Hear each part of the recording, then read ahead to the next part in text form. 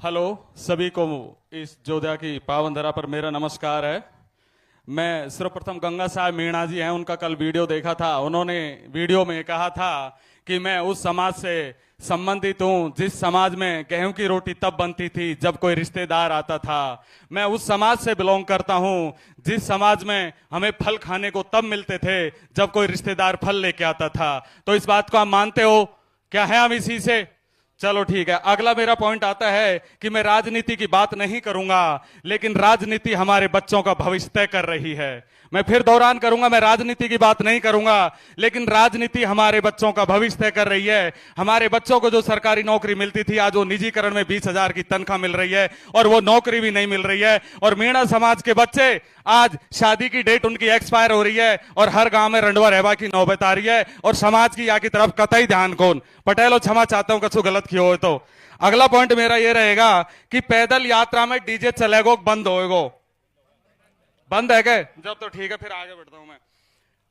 अगला पॉइंट मेरा है पाखंड, महिलाएं और त्योहार। इसमें मैं ये कहना चाहता हूं कि आगामी पिछले 20 साल पहले, 25 साल पहले करवा चौथ को कोई नहीं जानता था। हमारे लोग जॉब लगे बाहर गए, करवा चौथ शुरू करवा दी और उस करवा चौथ ने आज ऐसा रूप धारण कर लिया कि बाजार 10 दिन पहले सज जाते हैं। टीवियों पे आता है कि इस बार लगेगा ऐसा महाभियोग, पति यदि ऐसा गिफ्ट करेगा पत्नी को तो उसको मिलेगा प्यार। टीवी हो या फोन हो, सब जगह करवा चौथ ही करवा चौथ। और हर करवा चौथ पे 10-20 हजार का खर्चा नौकर लोग कर ही देते हैं और इससे वो परेशान भी है। लेकिन देखा देखी में एक भयंकर ओढ़ लगी कि यह समस्या सु समाधान पावा के लिए मौके तो लग को रही हो, बाकी आप खुद सुधार करेंगे। हमारा डोगरा डोगरी करवा चौथ को जाना ही कोना 70-70, 80-80 साल जीगा और ये जत एक नई व्रत कर रही है, इनका पति हार्ट अटैक सु पहला ही मरवा लगा, विधवा रहवा लगी।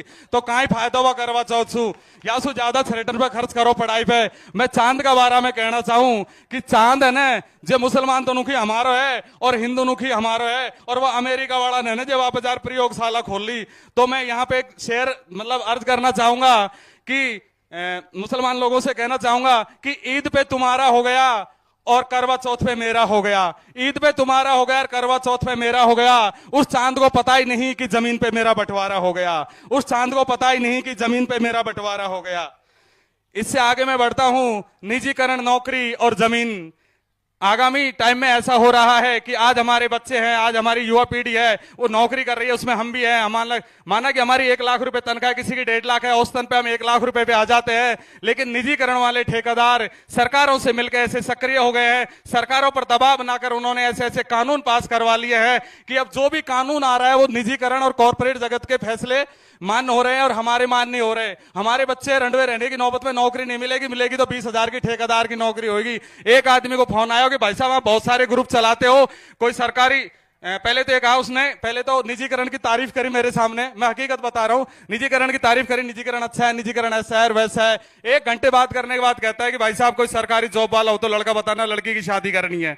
अरे मैं उससे ये कहना चाहता हूं, 1 घंटे तुमने निजीकरण की तारीफ करी है तो निजीकरण के ठेकेदार के नीचे जो बच्चे काम कर रहे हैं उनके अपनी बेटी को क्यों नहीं देना चाहते? तुम्हें दामाद तो सरकारी चाहिए और तुम निजीकरण वाली सरकारों को और निजीकरण वाली पॉलिसियों को सपोर्ट कर रहे हो। तो ये हमारे समाज के लिए बहुत घातक साबित होगा। इससे हमारी समाज की बहुत बड़ी आय पर कॉर्पोरेट जगत का कब्जा हो जाएगा और समाज बहुत गरीबी की ओर धकेला जाएगा। इसमें यह होता है कि माना कि एक गांव में 20 आदमी नौकरी करते हैं, 20 लाख रुपए की तनख्वाह आती है, लेकिन जब निजीकरण में 20 से 25 हजार रुपए की तनख्वाह मिलती है तो एक आदमी की जो 80,000 रुपए की कटौती होती है वो ठेकेदार के पास जाती है, निजीकरण वाला, और वही ठेकेदार देर सवेर सरकार से मिलकर हमारी जमीन खरीद लेता है। हमारे पैसे की कटौती हुई और उसी पैसे से हमारी जमीन खरीद ली, तो पहले तो हमारी नौकरियों में कटौती और फिर हमारी जमीन चली गई। तो इस समस्या पे भी हमें धीरे धीरे गौर करना होगा। और ये पटेलों से निवेदन है जो निजीकरण को नहीं समझ पा रहे, वैसे छरेट रंडवा रह रहा है ना, जब निजीकरण सबन को समझ में आ रहे पण कहीं और समझ में आ जाएगा। जिनका छरेट नौकरी कर रहा है रेलवे में ना, उनको अच्छी तरह पता है कि खुद वो 1 लाख तनख्वाह लेते हैं, लेकिन सामने ठेकेदार का जो आदमी है ना वो 15,000 रुपए में दिन भर रौड़ी समेटता है पटरियों पर, और वो घर पे फोन करके बताए अपनी मम्मी पापा को कि निजीकरण ये चीज है। और इससे फिर आगामी टाइम के लिए रणनीति बनाई जाए और इस पे भी एक महापंचायत की जाए। अगली बार मैं कहना चाहूंगा देवी देवता और आय के स्रोत, 1947 से पहले भी देवी देवता थे और आज भी देवी देवता हैं। तो मैं ये कहना चाहता हूं देवी देवता एक आस्था का प्रतीक है, उसमें घर में माने।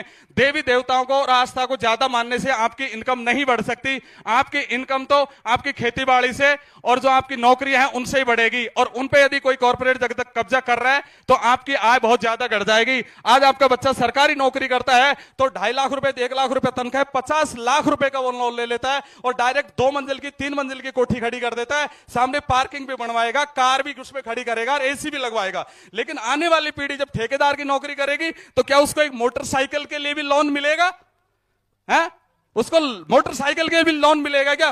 तो फिर हम कहां जा रहे हैं? हम दिन रात क्रूतियों पे बात कर रहे हो, ठीक है, लेकिन हल्का सा हमको इस और भी है ना जो पॉइंट नोट करना चाहिए। और दूसरी बात कहना चाहता हूं, हमारी बहन बेटियां और नचनियां, हमारी बहन बेटी बड़ी हो जाती है, बचपन में क्या करते हैं हम उनको व्रत करना सिखा देते हैं।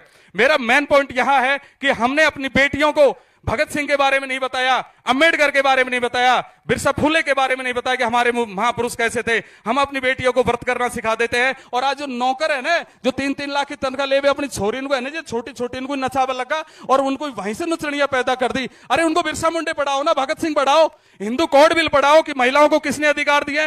यदि हमारी बेटियों को पहले हमने कन्यादान से पहले संविधान पढ़ना सिखा दिया, उनको हमने बिरसा मुंडा और फूले पढ़ना सिखा दिया, अम्बेडकर पढ़ना सिखा दिया, तो हमारी बेटी नचनिया नेमन का एक बहुत बड़ी समाज सुधार बनेगी। ये मैं वादा कर रहा हूं आपसे। लेकिन इस बात की पहल आपको करनी होगी, नहीं तो आप इतना उस लेवल पे जाके सुधार नहीं कर सकता। बचपन से नाचते हुए 15 साल हो जाते हैं, उसके बाद सुधारना चाहते हो, फिर कोई नहीं सुधरेगा। आप बचपन से ही सुधारने की कोशिश करें।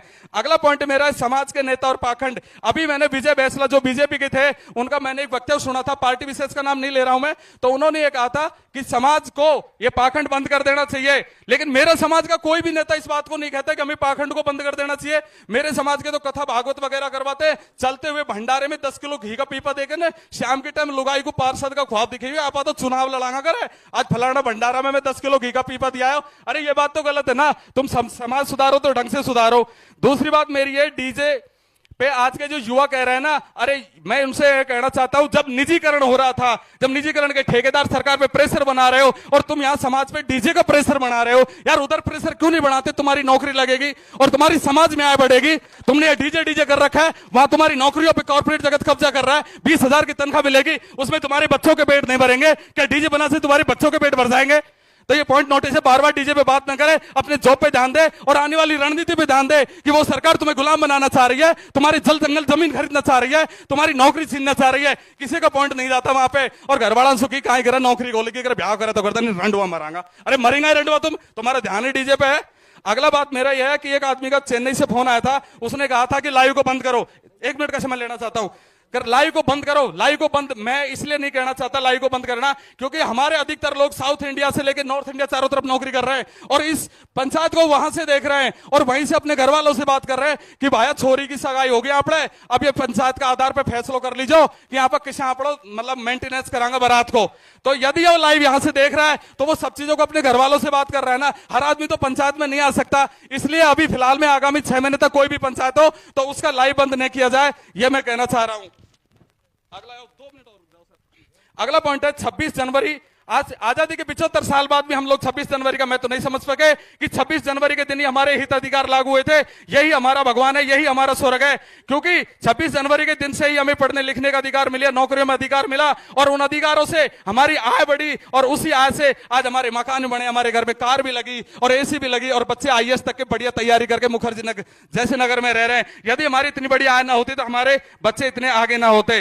अब मैं कहता चाहता हूं कि हमने कुछ संविधान को लेकर जागरूकता शुरू करी है। 45 तहसीलों को ग्रुप हमने बना रखे हैं, साइलेंट मोड में हम काम कर रहे हैं, ज्यादा हम हुल्लड़ नहीं कर रहे। इस मामले में कुछ शुरुआत हमने किया है कि कन्यादान से पहले संविधान। अपनी बेटियों को कन्यादान से पहले आप संविधान पढ़ाओ, बिरसा मुंडे पढ़ाओ, फूले पढ़ाओ। इसलिए यही शुरुआत यहीं से करो और यहीं से इस चीज का प्रण लो कि हम अपनी बेटियों को कैमरे के सामने नचाकर नहीं, उनको आप शिक्षा का ज्ञान देंगे और संविधान का ज्ञान देंगे। हिंदू कोड बिल जिससे उनको सारे अधिकार मिले थे वो समझाइए। बहुत शॉर्ट में कह रहा हूं।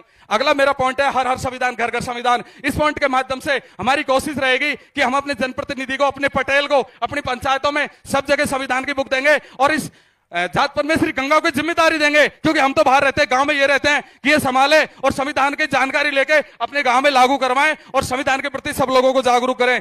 दूसरी बात मैं कहूंगा, जन्मदिन एक कुरीति के रूप में पनप रही है, लेकिन हम उसको सकारात्मक रूप में यदि देख सकते हैं तो अपने बर्थडे पर आप केक मत कटवाइए। अभी कटकड़ में कहीं एक पंचायत हुई थी, सो मीणा समाज का बीजेपी का था शायद, उसने अपने जन्मदिन पे सब लोगों को बुलाया लेकिन केक नहीं काटा और समाज को एक अच्छा संदेश दिया था। टिप्पर लोगों को भी उसने चैलेंज कर दिया था। तो ऐसे माहौल की भी हम शुरुआत कर सकते हैं। तो अपने जन्मदिन पर आप संविधान के पाठ करवाइए, सब लोगों को शपथ दिलवाइए कि संविधान के हित और अधिकारों के प्रति हम सब लोग एक रहेंगे और उसके प्रति ज्यादा से ज्यादा जागरूक करेंगे। मकान के गृह प्रवेश पे आदमी क्या करता है कि 4 करोड़ का मकान बना के ऊपर से खर्च कर देता है। तो मकान के गृह प्रवेश पे भी आप संविधान के पाठ करवा सकते हैं और लोगों को संविधान के प्रति जागरूक कर सकते हैं। रिटायरमेंट पार्टी पे मैं ये कहना चाहूंगा कि आदमी जिंदगी भर तक संविधान के दिए हुए हक और अधिकारों से नौकरी करता है और लास्ट में 3 लाख रुपए पाखंड में खर्च करके चला जाता है। अरे संविधान ने तुम्हें नौकरी दी, संविधान ने पढ़ने लिखने का हक दिया, तो अपनी रिटायरमेंट पार्टी पे गांव को 3 लाख रुपए अपनी लाइब्रेरी में डोनेशन कर दो ना यार। जरूरी है क्या पाखंड के लिए तुम खर्च करो? तो इसमें भी बहुत कोशिश करनी पड़ेगी। और मैं अंत में यही कहना चाहूंगा कि संविधान ही हमारा भगवान है और संविधान ही हमारा स्वर्ग है। और इस मौके पर जोधा की इस पावन धरा पर मैं इन पंच परमेश्वरी जात गंगा परमेश्वरी के सामने मनीराम पटेल जी और पंच पटेलों को एक संविधान की पुस्तक भेंट करना चाहता हूं, जिसको मैं दिल्ली से लेके आया हूं। तो प्लीज आप 5 आदमी खड़े होइए और मेरी इस भेंट को स्वीकार करिए। अध्यक्ष साहब के साथ में अध्यक्ष साहब आप आइए और भेंट को स्वीकार करिए।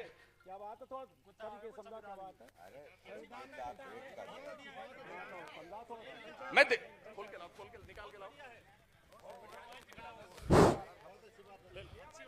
हेलो, मैं बोलूं थोड़ा सा। देखिए साथियों, बहुत अच्छी बात रखी, युवा साथी है, इनका एक विचार है बालकों